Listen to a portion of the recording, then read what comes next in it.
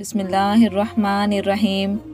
پیارے دوستو، آج ہم آپ کو ایک ایسا عبرتناک واقعہ سنانے والے ہیں۔ یہ واقعہ آپ کی روح کو جھنجھوڑ کے رکھ دے گا، آپ کے رونگٹے کھڑے کر دے گا۔ اس واقعے نے 100 کروڑ عورتوں کی زندگی بدل ڈالی۔ مجھے پکا یقین ہے کہ جس عورت نے، جس لڑکی نے یہ واقعہ پڑھا ہوگا یا کہیں سنا ہوگا تو وہ توبہ کرنے پر مجبور ہو گئی ہوگی۔ اور آپ سے بھی گزارش ہے کہ آپ بھی ایک بار اس واقعے کو دل کے کانوں سے آخر تک ضرور سنیے گا۔ ہو سکتا ہے یہ واقعہ آپ کی زندگی میں توبہ کرنے کا ذریعہ بن جائے، آپ کو توبہ کرنے پر مجبور کر دے۔ پیارے نبی صلی اللہ علیہ وسلم نے فرمایا، میں اللہ کا حبیب ہوں۔ پھر فرمایا، جو جوان جوانی میں توبہ کرتا ہے وہ بھی اللہ کا حبیب بن جاتا ہے۔ ہو سکتا ہے یہ عبرتناک واقعہ تمہیں اللہ کا محبوب بنا دے۔ یہ واقعہ کچھ یوں ہے کہ کسی اللہ والے کو خواب میں کسی کہنے والے نے کہا کہ جلدی کرو، اٹھو، فلاں قبرستان کی طرف جاؤ۔ اللہ والا خواب دیکھتے ہی فوراً اٹھا اور گھبرایا ہوا تھا، وہ پسینے میں شرابور تھا۔ اس نے اٹھتے ہی قبرستان کی طرف دوڑ لگا دی۔ جیسے ہی وہ اللہ والا قبرستان کے قریب گیا تو وہ کیا دیکھتا ہے، چند کتے ہیں جو قبرستان کے اندر کسی چیز کو کھا رہے ہیں۔ دوڑتا ہوا جب کتوں کے قریب گیا تو کیا دیکھتا ہے کہ کتے ایک مردہ عورت کی لاش کو کھا رہے ہیں، اور وہ لاش برہنہ ہے۔ وہ لاش قبر سے کیسے نکلی، آئیے آپ کو بتاتے ہیں۔ موسلا دھار بارش سے وہ قبر پھٹی، قبر سے لاش باہر آ گئی۔ اور لاش آخر باہر کیوں نکلی؟ وہ اس لیے کہ لوگ اس لاش کو دیکھیں، عورتیں خاص طور پر دیکھیں اور عبرت حاصل کریں۔ لوگوں کو عبرت حاصل کروانے کے لیے اللہ پاک نے اس لاش کو قبر سے باہر نکالا اور کتوں کے حوالے کر دیا۔ اللہ والے نے کتوں کو بھگایا۔ اللہ والا یہ سب دیکھ کر بہت ہی پریشان ہوا، اس کے رونگٹے کھڑے ہو گئے۔ بہت تلاش کے بعد اللہ والے نے اس لڑکی کے گھر والوں کو تلاش کیا، اور اس اللہ والے کو پتہ چلا کہ یہ وہ عورت تھی جو دنیا کی خوبصورت عورت تھی۔ اللہ پاک نے اس عورت کو بڑے ہی حسن و جمال سے نواز رکھا تھا۔ ہائے، کہاں گیا آج وہ حسن جس پر یہ لڑکی تراتی تھی؟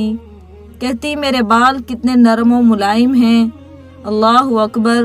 دنیا کی خوبصورت عورت کا نام اللہ پاک نے مردوں میں شمار کر دیا۔ اس کا خوبصورت سا لباس کفن میں بدل دیا گیا، اور اس کا خوبصورت سا مکان قبر میں بدل دیا گیا۔ اللہ والے نے کتوں کو بھگایا اور تلاشی کے بعد اس عورت کے عزیز و اقارب سے ملے۔ عزیز و اقارب کے ساتھ مل کر اسے کفن دے کر دوبارہ سپرد خاک کیا۔ اس کی تدفین کی۔ اسے قبر میں دفن کرنے کے بعد اللہ والے نے سوچا کہ ہر حال میں یہ جاننا چاہتا ہوں کہ آخر اس عورت نے دنیا میں کون سے ایسے گناہ کیے تھے جن گناہوں نے اس کی قبر کو جہنم کے گڑھوں میں سے ایک گڑھا بنا دیا، جن گناہوں نے اسے عبرت کا نشان بنا دیا، جن گناہوں نے اسے لوگوں کے سامنے ذلیل و خوار کیا۔ اللہ والے نے ایک رات استخارہ کیا کہ ہر حال میں اس عورت سے ملاقات کرنا چاہتا ہوں۔ خواب میں وہ رات کو سو رہا تھا۔ خواب کی دنیا میں وہی عورت اس اللہ والے کے خواب میں آئی۔ اللہ والے نے دیکھا کہ اس کی قبر کے اندر آگ کا بچھونا بچھا ہوا ہے۔ آگ کے بچھونے کے اوپر وہ خوبصورت مردہ لاش لپٹی ہوئی ہے، چیخ رہی ہے، چلا رہی ہے۔ اس کی قبر کے اندر آگ ہی آگ ہے، بچھو ہی بچھو ہیں، کیڑے ہیں، مکوڑے ہیں۔ اس اللہ والے نے خواب کی دنیا میں اس عورت سے پوچھا کہ تو نے دنیا میں کون سا ایسا گناہ کیا تھا جس گناہ نے تیری قبر کو جہنم کے گڑھوں میں سے ایک گڑھا بنا دیا؟ اس عورت نے روتے ہوئے، چیختے ہوئے کہا، اے اللہ والے، میں نے دنیا میں 3 گناہ ایسے کیے تھے۔ ان 3 گناہوں نے میری قبر کے اندر آگ جلا دی، میری قبر کو جہنم کے گڑھوں میں سے ایک گڑھا بنا دیا۔ ان 3 گناہوں نے مجھے عبرت کا نشان بنا دیا۔ اس عورت نے کہا، پہلا گناہ میرا، جب میرا شوہر، میری ہر خواہش پوری کرنے والا شوہر جب صبح سویرے باہر نکلتا تھا، پورا دن خاک چھانتا تھا، میرے لیے روٹی کا بندوبست کرتا تھا اور سوچتا تھا کہ مجھے کچھ ملے نہ ملے میری بیوی کو، میرے بچوں کو روٹی کا ٹکڑا مل جائے۔ پورا دن کڑکتی دھوپ میں تپتی ریت پر خاک چھانتا تھا، روزی روٹی کماتا تھا، لیکن شام کو تھکا ہارا جب گھر آتا تھا، گھر کی دہلیز پر قدم رکھتا تھا تو میں بجائے اس کا استقبال کرنے کے کوئی ایسا جملہ بول دیتی تھی کہ جو جملہ اس کی تھکاوٹ اور زیادہ بڑھا دیتا تھا وہ جملہ میرے شوہر کو تکلیف دیتا، دکھ دیتا، درد دیتا۔ میرا شوہر اللہ کے سامنے شکوہ کرنے پر مجبور ہو جاتا۔ دوسرا گناہ جو بہت بڑا گناہ ہے، میں معاشرے میں فحاشی پھیلایا کرتی تھی۔ میں معاشرے میں فحاشی پھیلانے کے ساتھ ساتھ شوہر کی اجازت کے بغیر اپنے بالوں کا خوب اچھے سے اونچا رکھ کے جوڑا بنایا کرتی تھی اور چہرے کا خوب بناؤ سنگھار کر کے باہر نکلتی تھی، اس سوچ کی بنیاد پر کہ ہر ایرے غیرے کی نظر مجھ پر پڑے اور وہ کہنے پر مجبور ہو جائیں کہ یہ دنیا کی خوبصورت ترین عورت ہے۔ اور میرا سب سے بڑا اور تیسرا گناہ شوہر کی اجازت کے بغیر غیر محرم لڑکوں کو اپنے گھر پر بلاتی، ان سے گناہ کرواتی تھی۔ اے اسلام کی مقدس شہزادیوں، یہ سب کچھ کرنا، 3 گناہوں سے نفرت کرنا، ان 3 گناہوں سے دور رہنا، شوہر کی اجازت کے بغیر بن سنور کر گھر سے باہر نہ نکلنا تو پردے کے اندر نکلنا، شوہر کی غیر موجودگی میں غیر محرم مردوں کو اپنے گھر پر مت بلانا۔ رسول اللہ صلی اللہ علیہ وسلم ایک دن اپنا سر گھٹنوں میں ڈال کر زاروں قطار رو رہے تھے۔ آقا کریم روتے چلے جا رہے تھے۔ آقا کریم کی آنکھیں چھم چھم برس رہی تھی۔ اتنے میں حضرت سیدنا علی المرتضیٰ شیر خدا رضی اللہ تعالیٰ عنہ دوڑ کر آئے، قدم چوم کر عرض گزار ہوئے، یا رسول اللہ، آخر کس چیز نے چشمان نبوت کو پرنم کر دیا؟ میرے نبی نے فرمایا، اے علی، شب معراج کی رات میں جہنم کے قریب سے گزرا۔ جب میں نے جہنم میں جھانک کر دیکھا تو میری امت کی گناہگار عورتوں کو عذاب مل رہا تھا۔ فرشتے میری امت کی گناہگار عورتوں کو عذاب میں ڈال رہے تھے۔ وہ منظر جب جب میری آنکھوں کے سامنے آتا ہے تب تب میری آنکھیں خون کے آنسو بہاتی ہیں۔ وہ منظر دیکھ کر برداشت نہیں کر پا رہا۔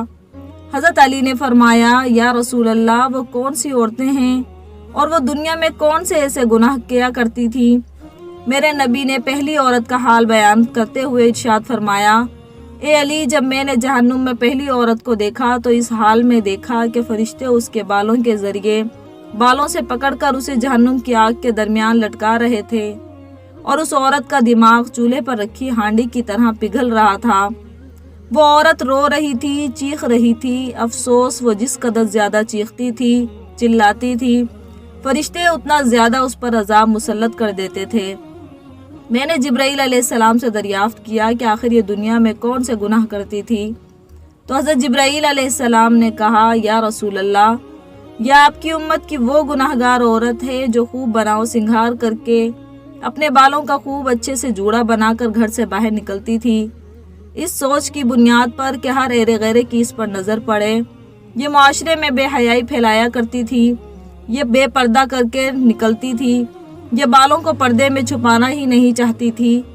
رسول اللہ صلی اللہ علیہ وسلم نے دوسری عورت کا حال بیان کرتے ہوئے ارشاد فرمایا، اے علی، میں نے جہنم میں دوسری عورت کو اس حال میں دیکھا کہ اس کی زبان اتنی لمبی تھی کہ اس کی زبان کو فرشتے جہنم کے درمیان اس گنہگار عورت کو لٹکا رہے تھے اور جہنم کا ابلتا ہوا پانی اس کے منہ میں ڈال رہے تھے۔